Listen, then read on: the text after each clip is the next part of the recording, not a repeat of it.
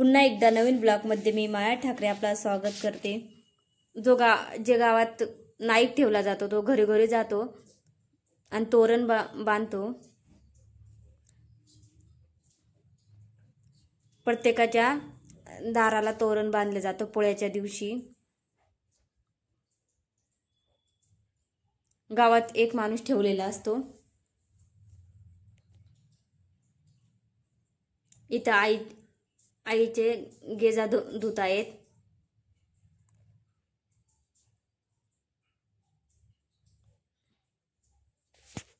आणि त्यांना आपण 10 रुपये देऊन द्यायचे। प्रत्येक घरातून त्यांना 10 रुपये देतात। इथे आई मस्त गेजा पितांबर लावून धुत आहेत।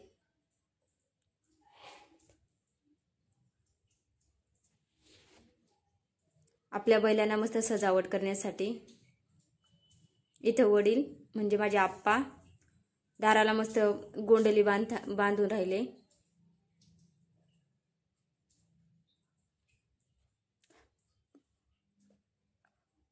पोळ्याच्या दिवशी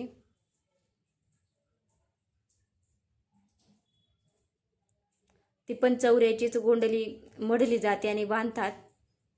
खेड्यात कशा प्रकारे पोळा साजरा केला जातो पूर्ण व्हिडिओमध्ये दाखवले तुम्हाला। आता बांधून झाली आपण त्यांची गोंडली आणि आता बैल धुत आहेत। प्रत्येक घरोघरी बैलांची आंघोळ केली जाते पोळ्याच्या दिवशी। नदीवर जातात बैले, पण खूप नदीला पाऊस आल्यामुळे पूर आल्यामुळे घरीच धुत आहेत नळ वगैरे जोडून।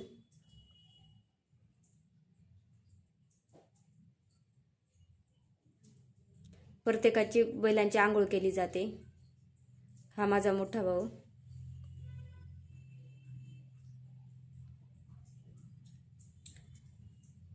चॅनल नवीन असेल तर सबस्क्राइब करा, लाईक करा आणि आपले व्हिडिओ पाहत राहा।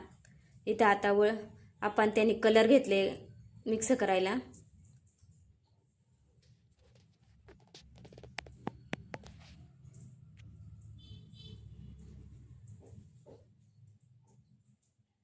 अविराज विचारत होता काय करताय।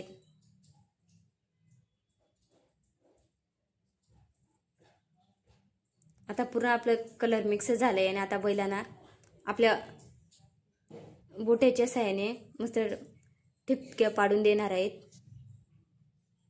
मी अशा पद्धतीने मस्त त्यांना हिरवागार चारा पण टाकलेला आहे। दोघंही नातू आजोबांची काय कशा प्रकारे करतायत बघतायत।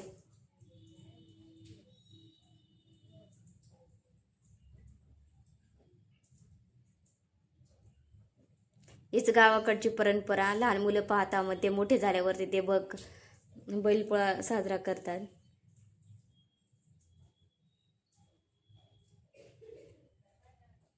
मस्त त्याची आंघोळ झालेली आहे। आता कलर लावण्याचा चालू आहे। आता दुसरा कलर घेतला। 2 वेगवेगळे प्रकारचे कलर लावतायत।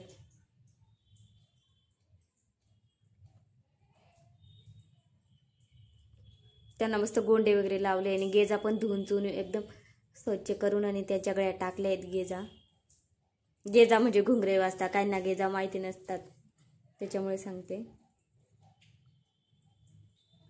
आता पिशवीमध्ये मस्त फुगे वगैरे घेतलेत आपांनी।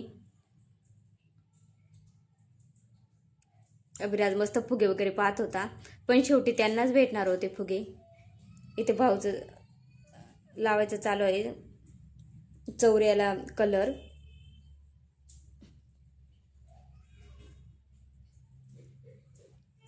हे सगळं बैलपोळ्याच्या दिवशी बैलांसाठी सगळं काय करतायत।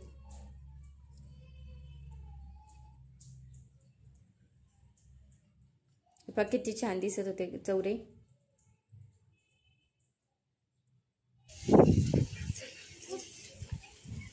कलर पण छान लावला गेला।